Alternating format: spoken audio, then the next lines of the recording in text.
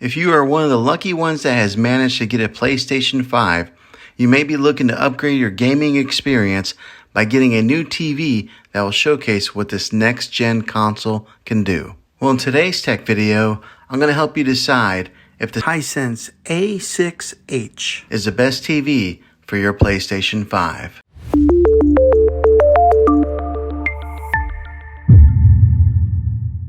The PlayStation 5 and the Xbox Series X are the latest gaming systems, and you're wondering if this new TV is the best TV to play your games on.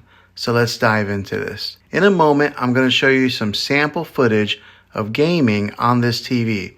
But first, I want to give you some helpful info on what to look for when shopping for a new TV for these new gaming systems. When shopping for a new TV, you will want to pay attention to 4 key features.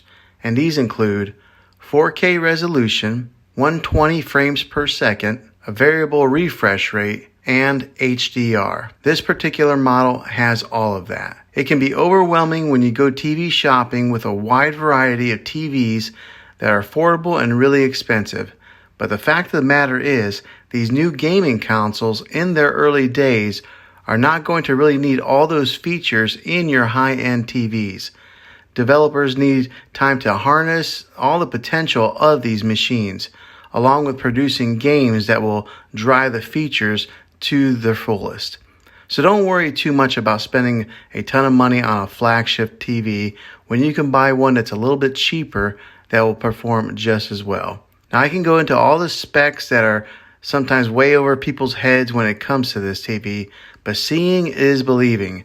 So here is some sample footage of how this TV does with gaming.